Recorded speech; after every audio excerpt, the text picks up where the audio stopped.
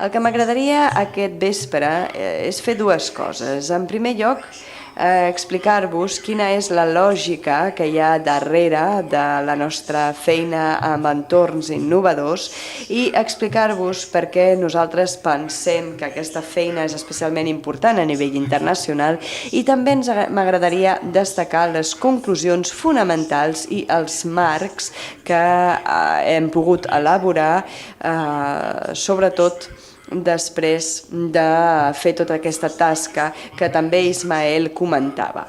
Pel que fa a la presentació, primer m'agradaria introduir-vos a l'OCDE. Com acaba de dir Ismael, hi ha una certa tendència a pensar que nosaltres només ens va interessar l'educació a partir d'enquestes, però això no és cert. Des del primer any de treball de l'OCDE, que es va crear, per cert, el 1961, des del començament hi va haver una feina molt intensa sobre l'educació. De fet, els camps que defineixen aquesta primera feina són la planificació, la igualtat, l'economia de l'educació i la ciència. En aquella època estàvem realment molt preocupats perquè hi havia la crisi de l'Sputnik i els països, els estats membres de l'OCDE estaven preocupats perquè sembla que els coneixements científics dels països de l'OCDE anaven minvant en aquest context de Guerra Freda. Aquestes van ser les nostres preocupacions inicials.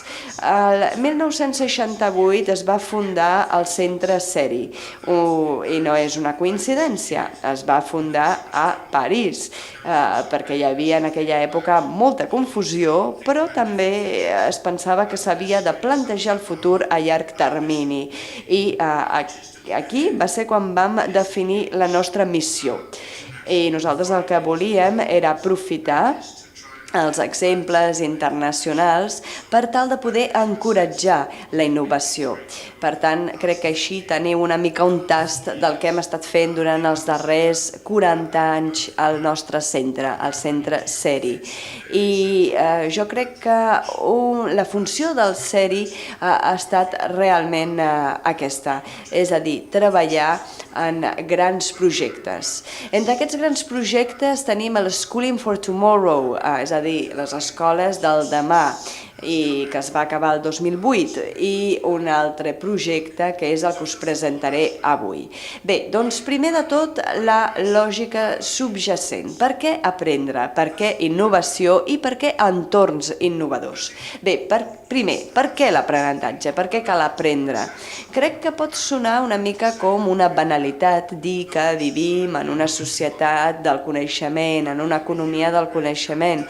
En sentim parlar molt, però malgrat tot és molt cert, és veritat. Ara bé, quin tipus de coneixement? Perquè si el coneixement és essencial, també ho és l'aprenentatge. I si ens plantegem que l'aprenentatge és important, també hem de pensar quin tipus d'aprenentatge és el que ens interessa. Jo donaré una resposta parcial a aquesta pregunta d'aquí uns minuts. Si tornem una mica a la PISA, l'informe PISA, veureu que s'ha insistit molt en intentar mesurar els resultats de l'aprenentatge. I això em remet un altre cop a quin tipus d'aprenentatge. Perquè entendre, fer enquestes, mesurar els resultats educatius, això no ens diu com canviar l'aprenentatge. És fer mapes de les fites assolides, correlacionar els factors, els antecedents, etc. Tot això no ens ajuda a canviar els resultats. Per això nosaltres pensem que ens hem de centrar molt més en la naturalesa dels entorns d'aprenentatge. Un tercer factor, jo vinc de França, on hi ha un cert raonament cartesià, i per tant ara us presento el tercer factor. El tercer factor té molt a veure amb una pressió molt forta en tots els països, províncies, regions, estats, ciutats per reformar l'educació. Estem patint la pressió per tal que es faci una reforma educativa i hi ha molts països i moltes regions organitzacions i molts llocs que estan una mica cansats de totes aquestes reformes educatives. I, a més, nosaltres pensem que tots aquests canvis, totes aquestes reformes no necessàriament han portat fruit i que sembla que tot continua igual. En la meva opinió, això ens suggereix la necessitat de abordar l'educació des d'un punt de vista molt més fresc, és a dir, veure com l'organitzem i com ensenyem.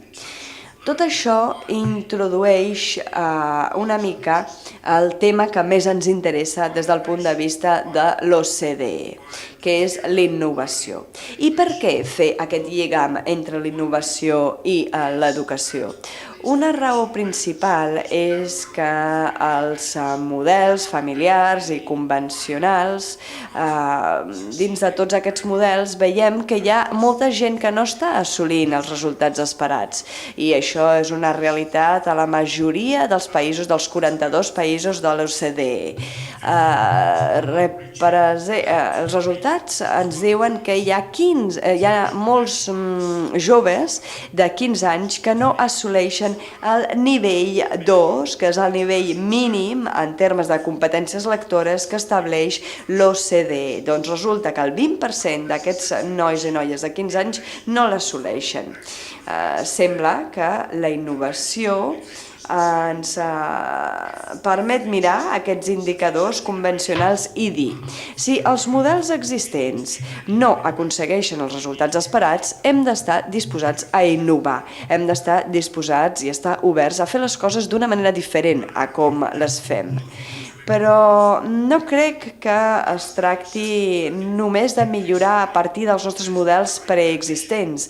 Jo crec que cada cop més tenim una més gran ambició, és a dir, veure quin tipus d'aprenentatge podem crear.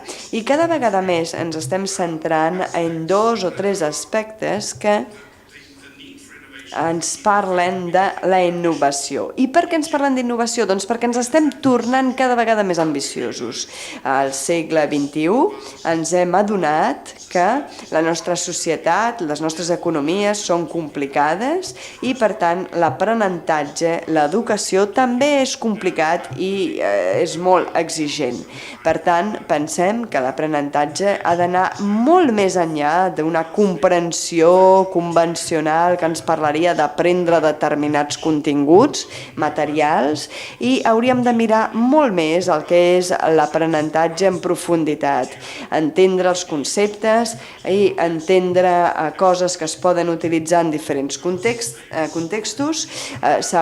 Aquestes competències que s'haurien d'assolir són competències del segle XXI i aquestes competències serien fonamentalment la resolució de problemes, la innovació, la creativitat, la capacitat de treballar en equip, el que seria l'esperit emprenedor, la curiositat. Això són les competències del segle XXI i en principi hauríem de posar les bases de la formació contínua, ja que vivim en una societat del coneixement, en una societat i en una economia del coneixement. Per tant, necessitem un aprenentatge continu al llarg de tota la vida.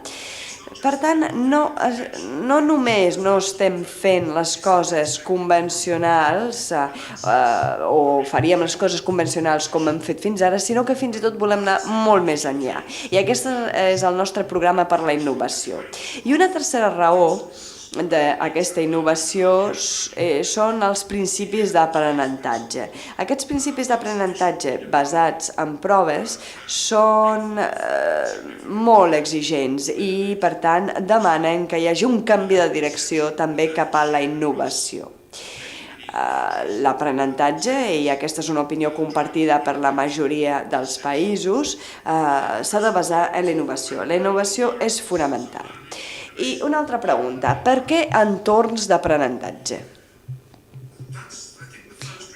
Jo crec que aquesta és la raó fonamental. Nosaltres entenem que l'aprenentatge és un fenomen d'acumulació en certa manera és un fenomen de contextualització, l'aprenentatge es fa en un context concret i des de la perspectiva de l'aprenent o de l'estudiant hem d'aprendre en un sentit holístic i nosaltres pensem que la noció d'entorn d'aprenentatge ens ajudarà a allunyar-nos una mica de la fragmentació típica de l'educació i ens ajudarà a capturar, a entendre de manera holística, és a dir, de manera extensiva el conjunt.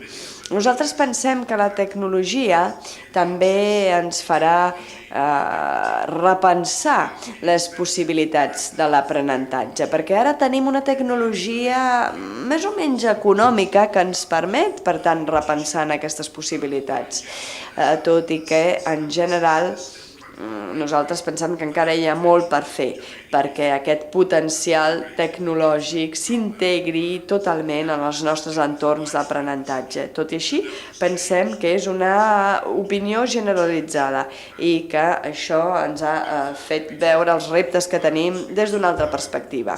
I en tercer lloc, independentment de la importància que tinguin les escoles, i jo confio molt en les escoles perquè crec que són institucions crucials, està clar que estem parlant d'un aprenentatge que no sempre es produeix en un entorn escolar. Pot ser, per exemple, entorns familiars d'aprenentatge, pot ser entorns d'aprenentatge híbrids. Acabo de redactar un informe sobre aquest tema. Per tant, institucions que no necessàriament són les institucions escolars formals, sinó altres contextos que ens permeten entendre la complexitat del que és l'aprenentatge a les nostres societats actuals. Això és el que, en la nostra opinió, ens porta a parlar d'entorns d'aprenentatge i no tant d'escoles per se o en si mateixes. Aquí podeu veure potser un gràfic o un marc una mica simplista, i de fet ho és una mica. Tenim el sistema, la part de dalt de la piràmide, després tenim l'escola, tenim l'aula, el professor i l'aprenent. És un marc molt típic, no només en els debats quotidians diaris sobre l'educació, sinó fins i tot en la recerca més sofisticada. Aquest marc és el marc que defineix els programes i que és el referent de les nostres preguntes. Nosaltres pensem que aquest marc potser de vegades pot ser una mica confús i per això pensem que s'ha d'anar una mica més enllà d'aquest marc tan rigorós o tan estricte, tan vertical, si sobretot volem centrar-nos en l'aprenentatge. Primer, aquest marc s'expressa en termes d'estructures institucionals, sistemes, escoles, aules, i no ens parla realment de com s'organitza l'aprenentatge. Ens parla d'institucions, d'instal·lacions, d'organitzacions, i nosaltres pensem que li hem de donar la volta, l'hem de capgirar. Tot això és molt important, però també hem de començar a pensar en com s'organitza l'aprenentatge i com això funciona en diferents institucions i en diferents organitzacions. Per tant, una primera raó per la qual nosaltres pensem que aquest marc tan senzill potser no és tan útil quan pensem en l'aprenentatge és que no se centra suficientment en l'aprenentatge en qüestió. Una segona raó és que assumeix que les institucions i els acords institucionals que tenim ara són els millors de cara al futur. Comencem amb les escoles, amb les aules, i estem convençuts que seran el marc més rellevant de cara a organitzar l'aprenentatge i, per tant, desencoratja les innovacions. És a dir, que no parla prou de la innovació, no permet l'aparició d'alternatives innovadores. I potser el que encara és més important que aquestes dues raons que acabo d'exposar, quan parlem de l'escola, el sistema, el professor, el mestre, l'aprenent, això és un concepte massa individualista. S'hauria de començar a pensar en termes diferents i s'hauria de començar a pensar en competències o conjunt de competències. És a dir, el resultat de la col·laboració dels professors o de la col·laboració dels aprenents. Per això nosaltres creiem que la noció d'entorn d'aprenentatge i l'enfocament més holístic són fonamentals. Per tant, el fet que no estigui suficientment centrat en l'aprenentatge, que no es basi suficientment en la innovació i que no sigui prou holístic, tot això ens porta a mirar més enllà d'aquest marc de referència tan simplista i ens porta a pensar en organitzar l'aprenentatge d'una altra manera. Això em porta a la segona part de la meva conferència, sens dubte la més important, que té a veure amb la creació o amb aquest projecte de creació d'entorns d'aprenentatge innovadors i dels principis de l'aprenentatge. No parlaré gaire sobre el projecte, només us diré que és un projecte que intenta, des d'un punt de vista internacional, recollir informació sobre la pràctica, el lideratge i la reforma a través de l'anàlisi i l'intercanvi, és a dir, que hi hagi un intercanvi i una anàlisi dels materials per totes les persones interessades en el tema, els que són professors, els que són experts, els que lideren escoles, els estudiants, els pares, tots els que estiguin interessats en aquest tema, sisplau, digueu-m'ho, perquè estic disposat a intercanviar tots els nostres materials. També per a aquells de vosaltres que treballeu en el camp de la política, aquests materials estan a la vostra disposició, perquè nosaltres realment volem apuntar els actors principals de tot el procés. Per tant, hem centrat la nostra recerca en l'aprenentatge primer, després hem fet una recopilació de casos d'innovadors, de casos d'escoles o de mètodes innovadors i en tercer lloc hem intentat veure com es pot fer créixer i com es pot recolzar aquest aprenentatge innovador.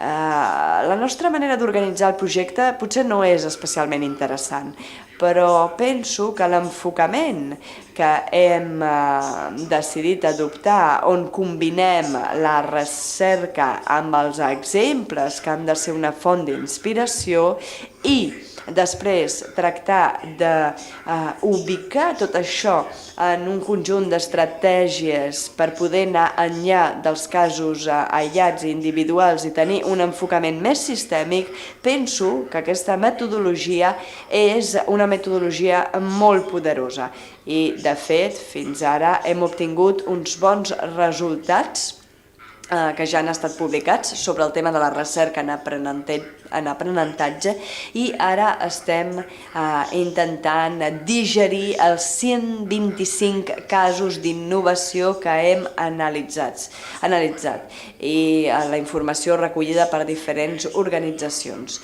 La veritat és que això també és un altre gran èxit del nostre projecte perquè hem intentat implicar moltes organitzacions, molts països, per tal que no sigui només un club d'uns quants que hi volen participar. Nosaltres hem intentat anar més enllà del que podria ser un petit nombre de països. Bé, doncs aquest és l'enfocament que hem adoptat i la nostra primera publicació és aquesta que veieu a la pantalla i estic encantat de poder incloure-la aquí.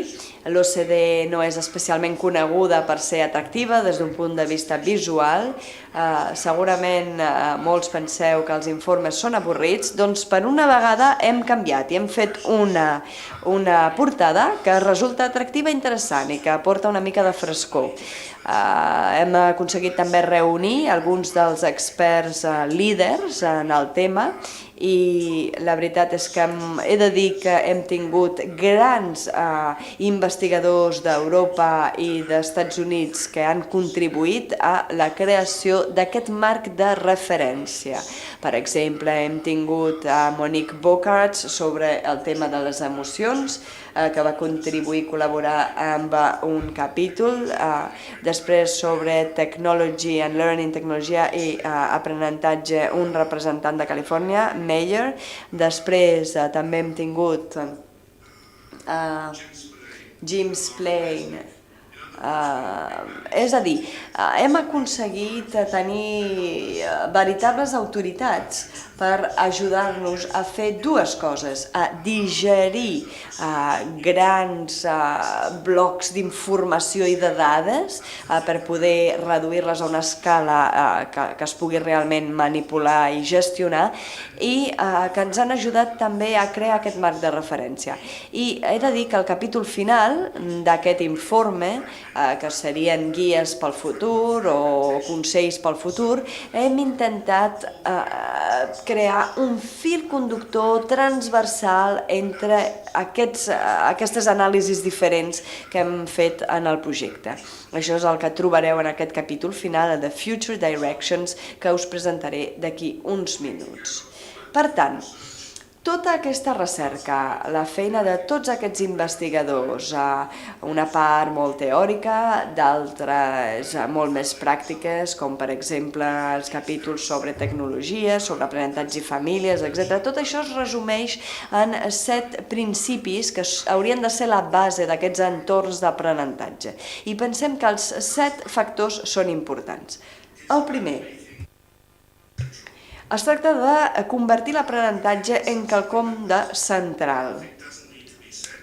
Molts pensen que no hi ha res més a dir, que això és evident, però nosaltres creiem que s'ha d'insistir sobre aquesta qüestió, que l'aprenentatge s'ha de convertir en el centre de totes les institucions educatives. És a dir, entenem per això fomentar el compromís i trobar una sèrie d'estratègies que els aprenents entenguin com a aprenents. És a dir, que l'aprenentatge sigui un exercici conscient per part d'aquests aprenents.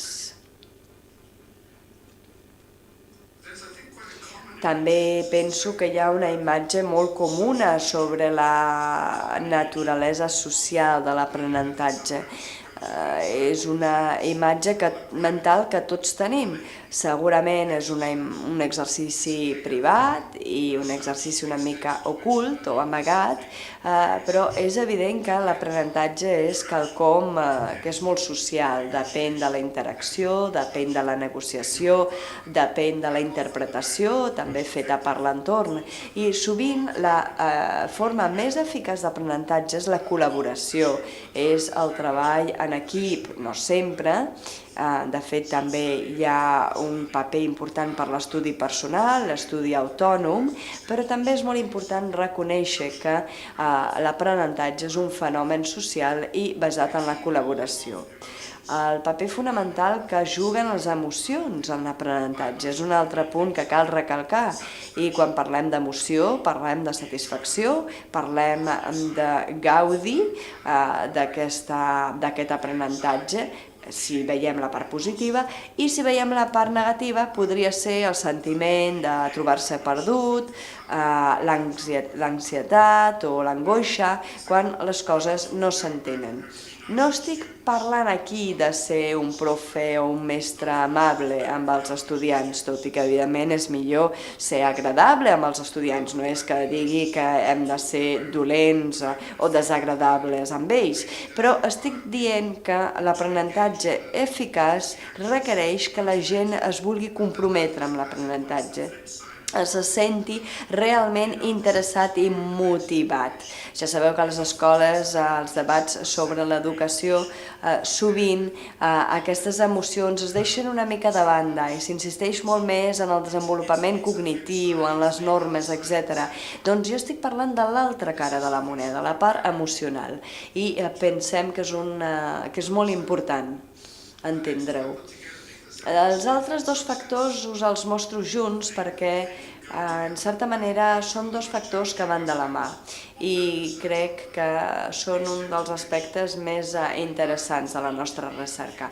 Aquests entorns de l'aprenentatge han de ser molt sensibles a les diferències entre els individus, entre els aprenents.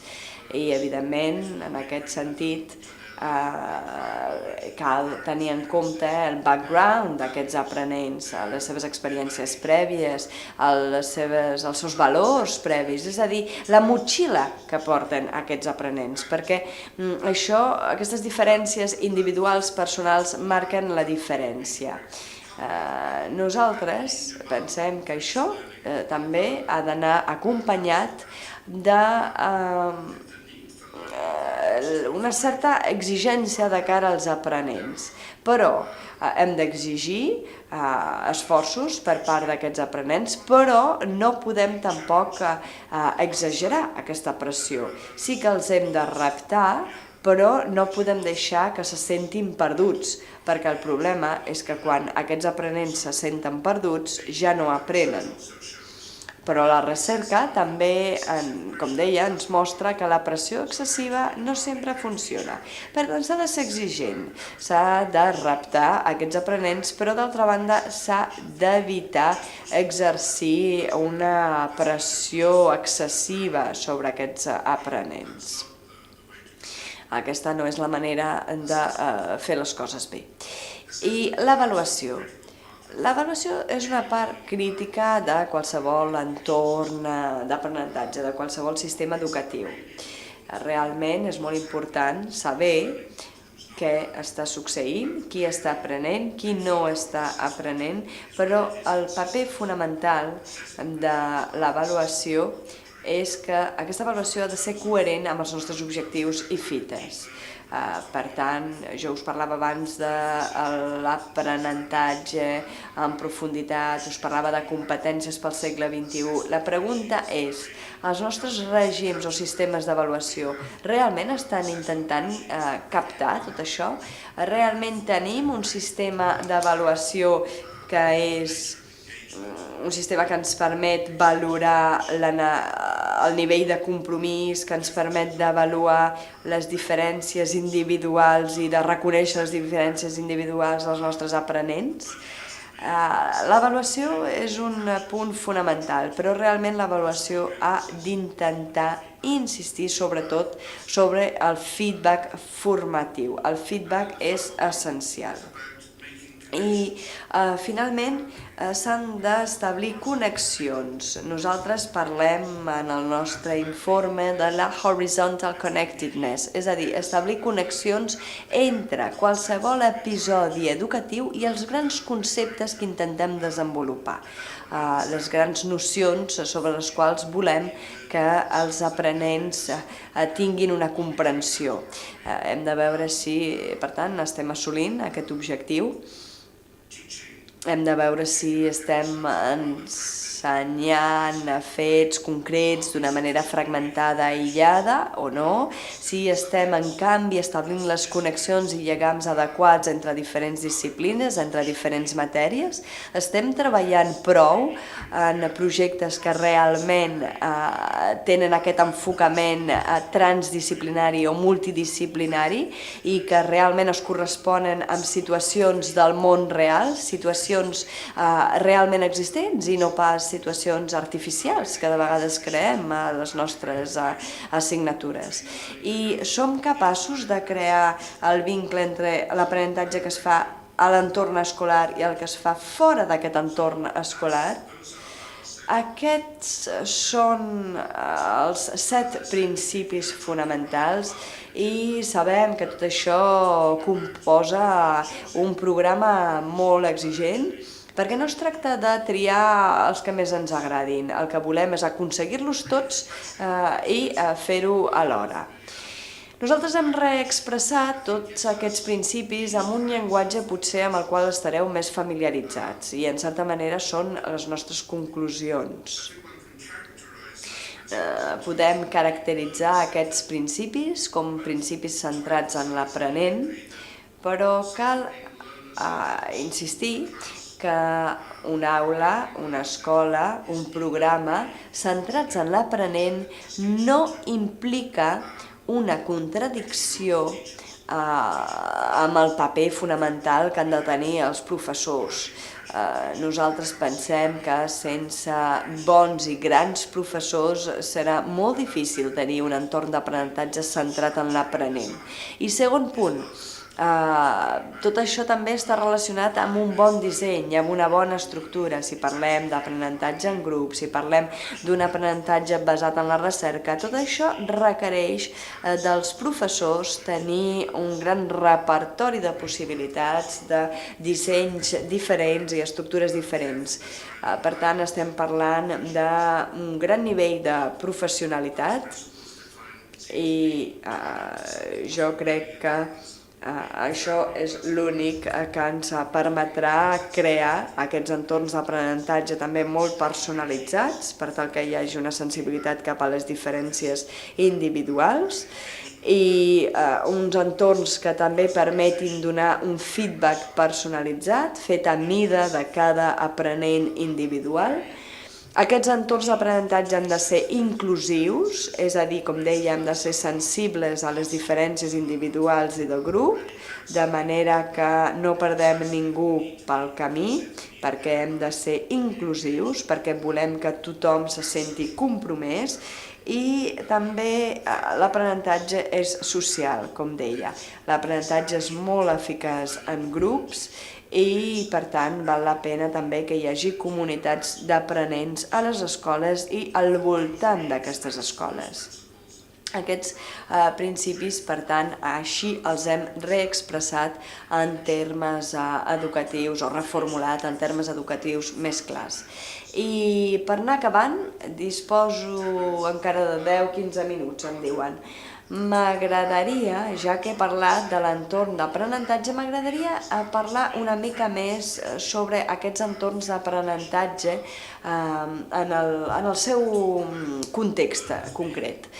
Ja he dit que l'aprenent és al centre i nosaltres realment pensem que això és crucial, però els aprenents s'han d'entendre o comprendre en termes de la interacció que es crea entre els professors, i ho he posat entre cometes perquè no necessàriament aquests professors han de ser els professors qualificats habituals del sistema, poden ser els artistes, poden ser els experts, poden ser altres estudiants, poden ser els pares, etc. De vegades, per exemple, en certs entorns d'aprenentatge és interessant l'aprenentatge entre iguals. Per tant, la importància de la interacció entre aprenent i professors i recursos com per exemple els espais o recursos tecnològics, recursos digitals, materials educatius i la interacció amb els continguts també, el tipus de coneixement, el tipus d'habilitat.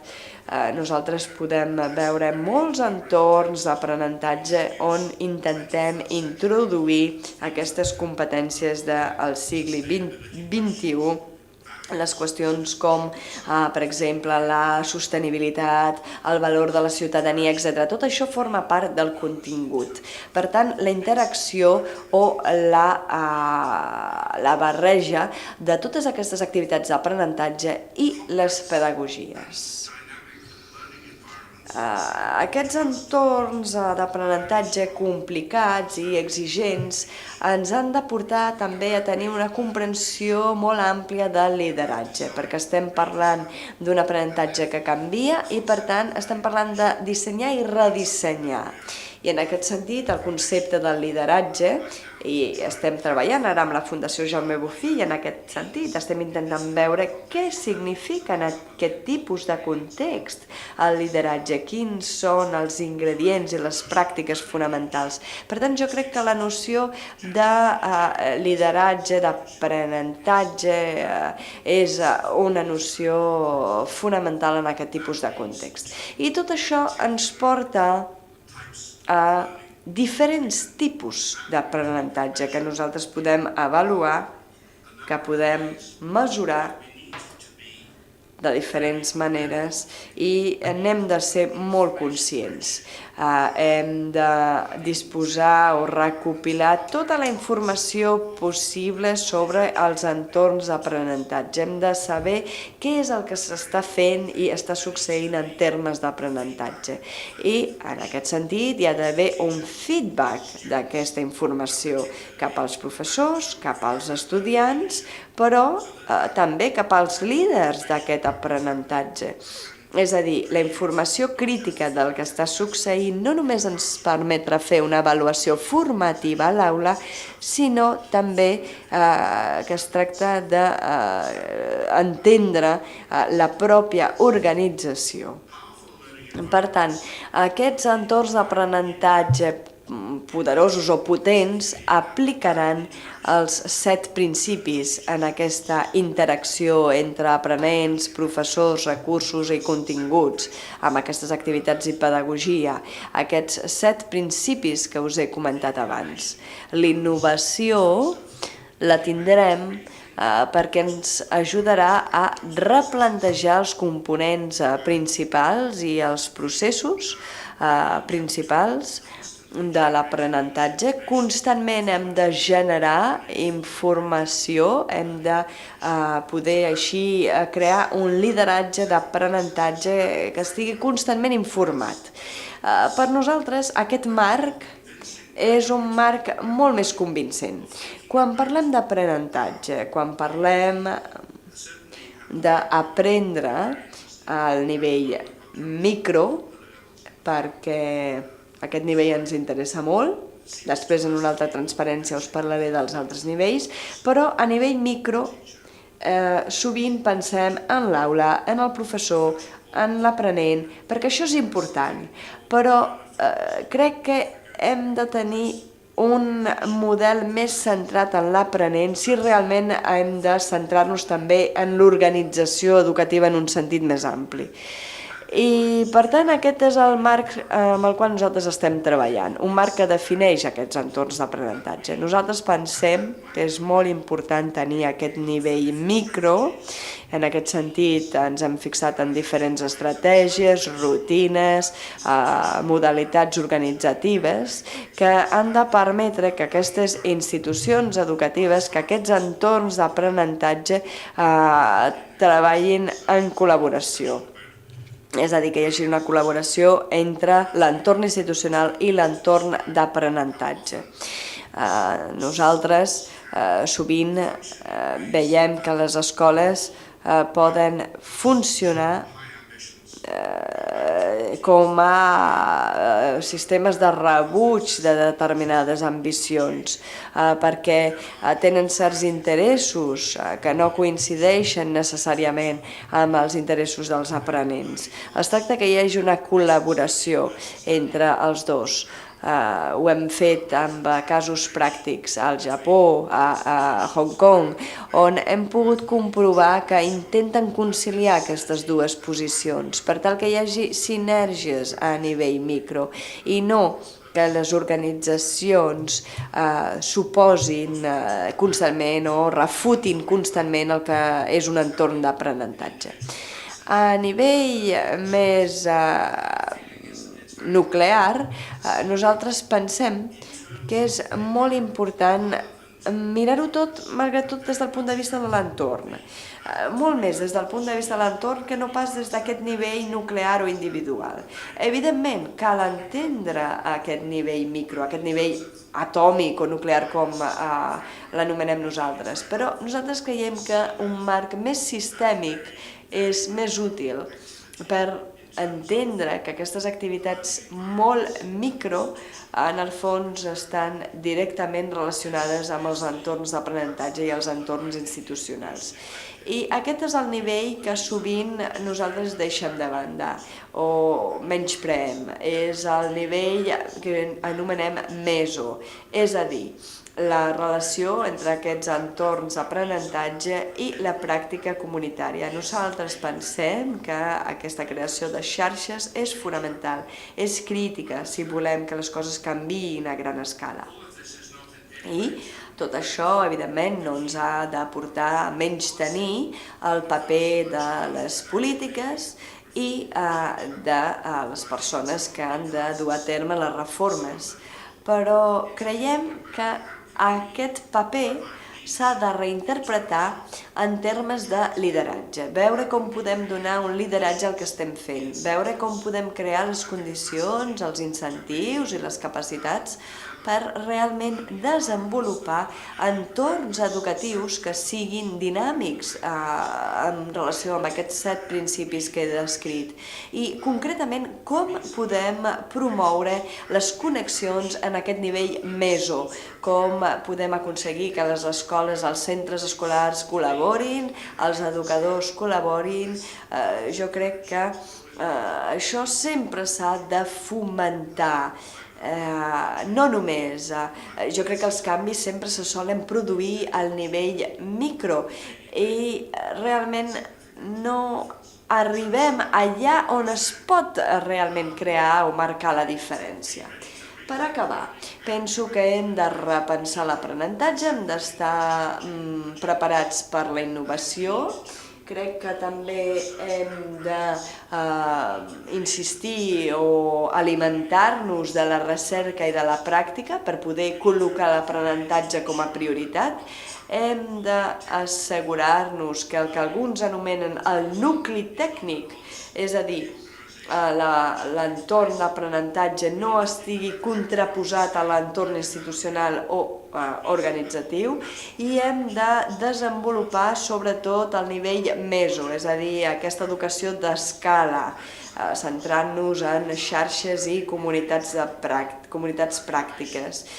De moment encara no tenim molts resultats, espero d'aquí uns anys poder donar-vos resultats en aquest sentit, i hem de crear un lideratge a nivell del sistema per tal que es creïn les condicions i capacitats necessàries perquè aquest canvi es produeixi. No és sorprenent que als sistemes educatius els hi costi canviar. Sovint, l'utilització de les proves són una mica metàfores de com es fan els canvis, però canvis que no sempre són adequats. Constantment veig referències en les polítiques educatives per exemple, en el discurs internacional es parla constantment d'aquestes palanques, d'aquests levers que diuen en anglès. És a dir, és una mena d'enginyeria humana del sistema educatiu. Es parla constantment d'aquesta palanca de l'ensenyament i jo crec que és una metàfora errònia. S'ha de pensar en un concepte molt més orgànic, però no és que vulgui ser filosòfic, és que realment la naturalesa dels sistemes d'aprenentatge és orgànica, però és molt difícil traduir tot això en termes polítics i en bona part tot té a veure amb la col·laboració. També hi ha molt de construcció o reforçament de capacitats i de crear els entorns propicis a que tot això es produeixi. I en aquest sentit, jo no crec que els canvis educatius siguin realment la pastanaga. No crec que es tracti tant de retallar els riscos, no crec que es tracti realment de delimitar tant el context que res en surti de mare. Jo crec que realment el sistema educatiu és molt més complicat que això. Però sóc conscient que no és fàcil. No vull menystenir el grau de dificultat i de complexitat que té tot això, perquè l'educació s'està convertint en una àrea cada vegada més present, cada vegada més palesa, i és una constatació que fem en tots els països de l'OCDE. En termes polítics, l'educació realment s'ha convertit en un dels temes fonamentals dels programes polítics de la majoria dels nostres països. Fins i tot ara que sabem que s'han de prendre decisions molt complicades a nivell de pressupostos educatius. Però, malgrat tot, gairebé tothom reconeix que l'educació és un element fonamental dels nostres sistemes polítics. Sabem que és un àmbit molt present, del qual els polítics som molt conscients, i també és un àmbit una mica polèmic. Jo crec que potser alguns dels consells, Joan, els podries trobar a la intervenció del Màrius, en el sentit que s'ha d'explorar la col·laboració, en el sentit que hem de buscar formes de desenvolupar la gestió dels coneixements en l'educació, perquè nosaltres en aquest sentit no som gaire bons en matèria de gestió de coneixements. I jo sé que sovint el que s'està fent és reinventar la roda, i jo crec que hem de ser una mica més sofisticats, hem d'anar una mica més en profunditat en l'intercanvi de coneixements i d'experiències. Crec que a més hem de ser potser més dinàmics també. Sovint això és difícil perquè sé que el sistema educatiu està molt fragmentat, però realment penso que tenim un conjunt d'acords institucionals i organitzatius que no es transformaran i transferiran amb facilitat. Estem parlant d'un canvi de perspectiva i d'enfocament que al cap i a la fi tindrà èxit perquè millorarà l'aprenentatge. I aquest és el títol de la meva presentació: crear entorns innovadors per poder millorar l'aprenentatge. I jo penso que l'educació s'ha convertit en un negoci global, amb tota la polèmica que això pugui comportar, que realment ho és de polèmic, però el que cal és entendre que tota aquesta innovació ens ha de portar a un millor aprenentatge, i crec que aquesta és la perspectiva. Més que pensar aquests ho estan fent molt bé perquè són finlandesos, nosaltres no ho podríem fer mai i això no es pot aplicar en el nostre cas. Penso que la raó per la qual aquests canvis s'introduiran, permearan el discurs, és perquè és una manera més adequada de pensar en l'educació per al segle XXI, i penso que ens portaran a un aprenentatge més eficaç, a uns aprenents més compromesos, a un aprenentatge més en profunditat, aprofitar la recerca, pensar en la innovació, pensar en intentar fer una educació més a gran escala.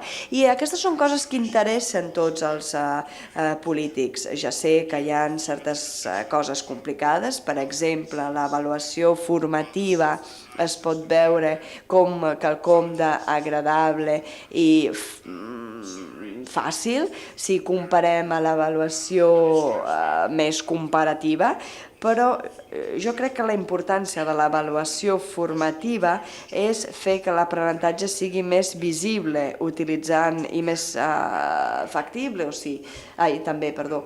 també fer que aquest aprenentatge estigui més obert al canvi, i aquests clarament són els reptes, però jo crec que això acabarà passant. Crec que té raó quan identifica un paradigma coherent, sobretot si col·loquem d'una banda PISA i d'una altra banda el que jo he comentat aquesta tarda. En certa manera, aquestes dues vessants són molt coherents i cohesionades, però en la seva interpretació potser no ho són tant. Són coherents en el sentit que hi ha un esforç real per part dels que creen els instruments d'intentar realment entendre algunes de les coses que ens preocupen. Hi ha una temptativa real d'intentar comprendre la interpretació que en fem, d'intentar comprendre com els joves poden per exemple, transferir coneixements davant de problemes no familiars. Potser, en canvi, estem més limitats quant a la resolució més transversal dels problemes. És un tema que està en els nostres programes, però sembla que els informes PISA encara no són gaire bons en aquest sentit. Per tant, realment sí que no podem dir que hi hagi una contradicció directa entre dir que un país, una regió, un sistema està obtenint bons resultats en els informes PISA i està més preocupat per l'aprenentatge més aprofundit, per les competències del segle XXI, etc. Jo crec que el problema no rau tant en aquesta manera de mesurar o de comparar els resultats, sinó més aviat en com s'interpreten aquestes dues idees sobre què s'hauria de fer. Perquè sovint no necessitem els resultats PISA per arribar a aquestes idees. De fet, aquestes idees les trobem en mètodes d'assaig i error dels anys 50 i dels anys 60. Si la gent utilitza PISA per dir hauríem de tornar als bons vells temps, doncs us puc assegurar que això no és així. Realment s'hauria de fer una altra lectura dels resultats obtinguts. On jo crec que hi ha un problema és que a la gent li preocupa més obtenir bons resultats a les avaluacions que millorar l'aprenentatge. I crec que quan a la gent li preocupa més poder estar millor classificat en el quadre del PISA o a la taula de classificació del PISA que millorar l'aprenentatge, les coses van malament. Per tant, no es tracta tant d'intentar enganyar els examinadors del PISA, perquè si aquesta és la intenció, crec que és una visió una mica pervertida o errònia del que realment volem assolir. L'avaluació pot estimular el canvi? Jo crec que sí. I en aquest sentit soc molt optimista pel que fa a enquestes com, per exemple, l'enquesta PISA. Ja us he dit que aquests informes no ens diuen com hem de canviar les coses, el que ens diuen és que hi ha raons per intentar canviar-les. I en aquest sentit jo crec que l'aspecte clau dels informes PISA des de la seva primera publicació al 2000 és que si ens fixem en els 4 aspectes fonamentals de l'assoliment i de la igualtat,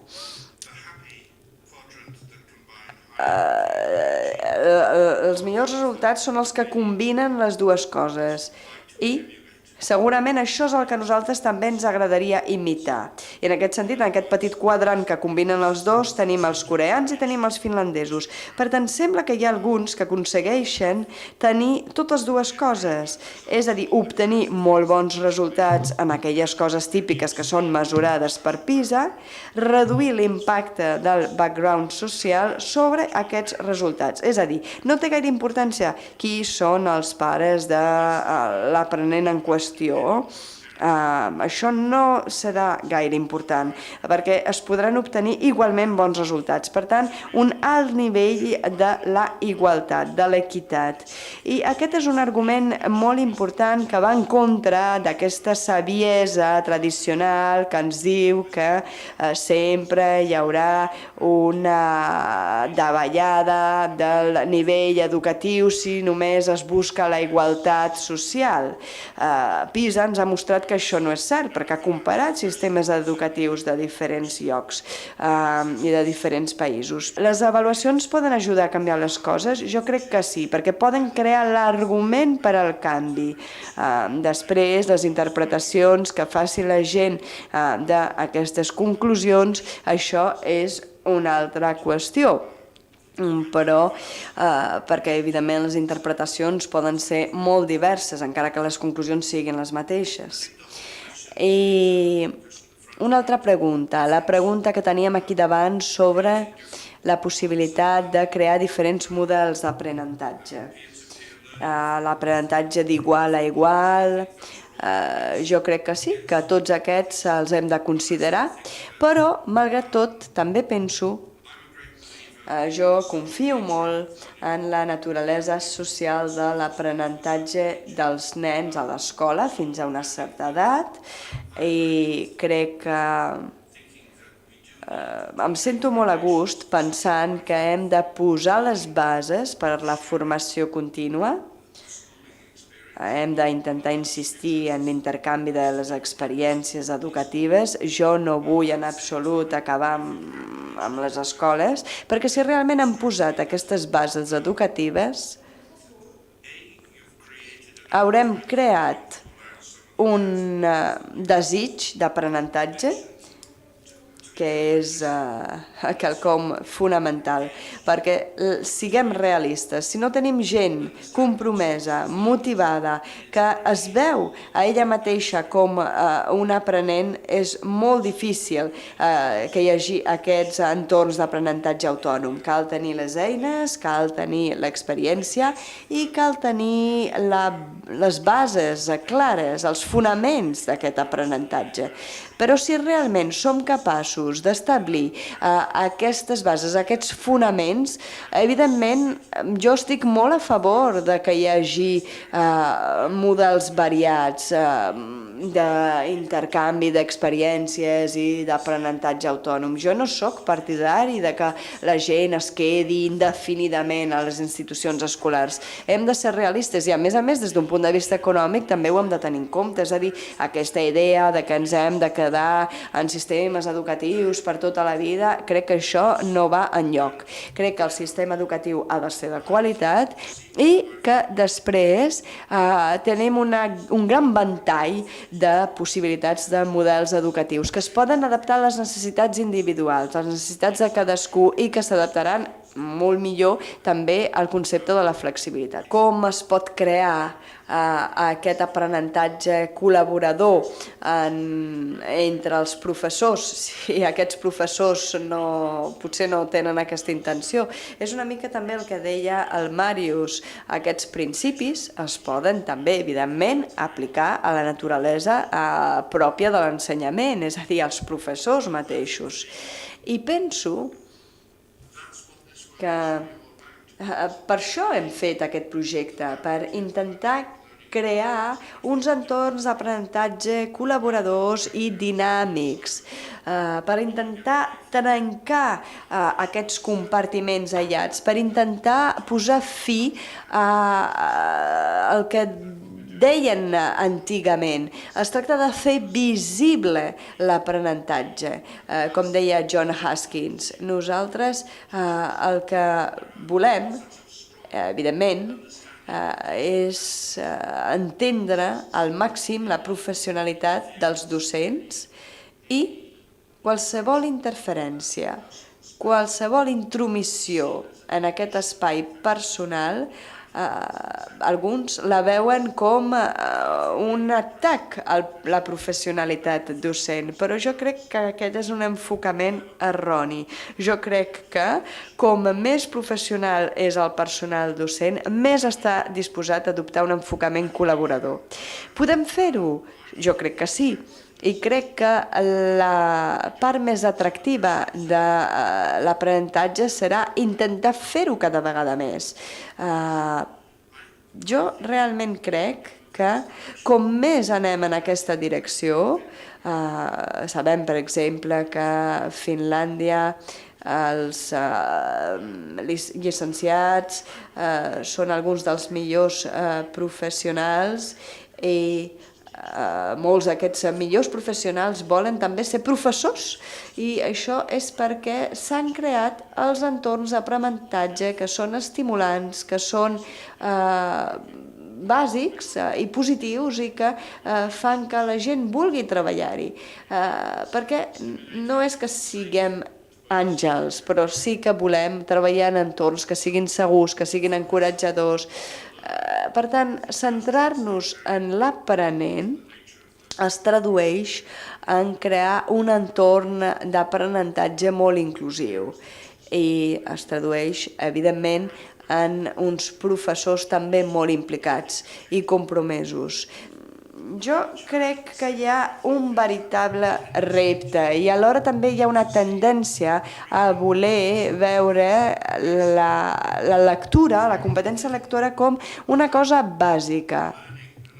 I en el fons són coneixements molt avançats els que es requereixen per poder llegir, però pensem que la lectura és una habilitat bàsica i no ho és.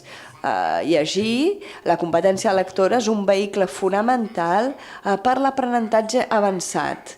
I com podem incloure aquesta competència lectora en la feina que nosaltres fem? Per fer-ho necessitarem en alguns casos un ensenyament directe.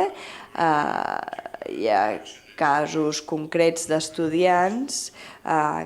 Hem utilitzat a la nostra mostra 25 escoles del món i en alguns casos hem insistit molt en l'escriptura no de ficció. Per tant, cada matí podríem, per exemple, demanar als alumnes que fessin un programa de ràdio des de les seves escoles. D'aquesta manera aconseguiríem que els joves millorin la lectura, l'escriptura i que facin alhora quelcom d'innovador. Jo crec que hem de ser una mica prudents i tenir una mica de cura a l'hora d'utilitzar les paraules competència bàsica, competència avançada, etc. En molts dels exemples que hem recollit en el nostre projecte, molts d'aquests exemples i casos pràctics intenten fer això. I això també ens porta al tema de la gestió feble de l'educació. Com podem portar al capdavant exemples on això s'ha fet d'una manera més eficaç? Crec que serà molt difícil tenir unes receptes màgiques i generals que ens permetin integrar amb èxit a les famílies als programes educatius, però sens dubte el capítol sobre la naturalesa de l'aprenentatge a les famílies és un capítol una mica orientat cap als Estats Units, però la feina feta per Schneider i altres col·legues crec que és important i ens expliquen una mica com fer-ho. Jo crec que l'aprenentatge a partir de la pràctica, l'aprenentatge pràctic és fonamental, és crucial. I no es tracta tant de reinventar la roda, es tracta d'inspirar-nos en el que fan altres i sabem que hi ha molts exemples en aquest sentit.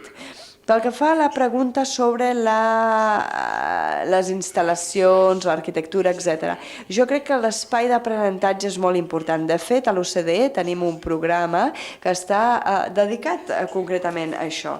I és difícil perquè és una d'aquestes àrees quan us he posat el diagrama sobre els aprenents, els professors, els continguts, els recursos i la interacció entre tots, crec que en termes de recursos, l'ús de l'espai de forma efectiva, de forma eficaç i de forma imaginativa és molt important, però alhora sabem que això també depèn de com aquest element interactua amb la resta, és a dir, com els professors utilitzen aquest espai, com s'organitzen els grups de treball, com s'organitza l'avaluació formativa, com s'utilitzen les tecnologies. Per tant, és un dels factors, però sempre és un factor que està en interrelació amb tota la resta. Però sí que crec que és un punt important que cal considerar i ens hem d'allunyar una mica d'aquestes escoles concebudes o dissenyades d'una manera molt simplista, basades en diferents aules amb un passadís. Hem d'intentar evitar aquesta organització espacial de l'educació amb portes tancades, que representen una càrrega per les nostres vides. Bé, sí que és cert que no he parlat ben bé de desigualtats socials, però sí que crec que alguns dels enfocaments en els quals ens hem centrat intenten tenir en compte, considerar les desigualtats socials.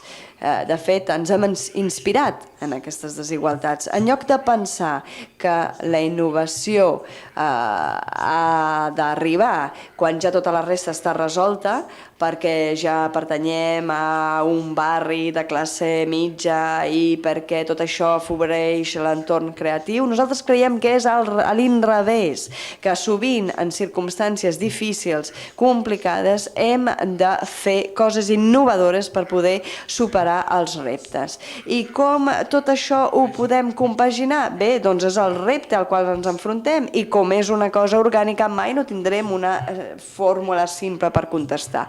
Però és el que intentarem fer en el nostre proper projecte, aprendre de totes aquestes experiències de diferents països, de diferents sistemes i crear una xarxa internacional, una comunitat de pràctica de la qual vosaltres formeu part, feu part.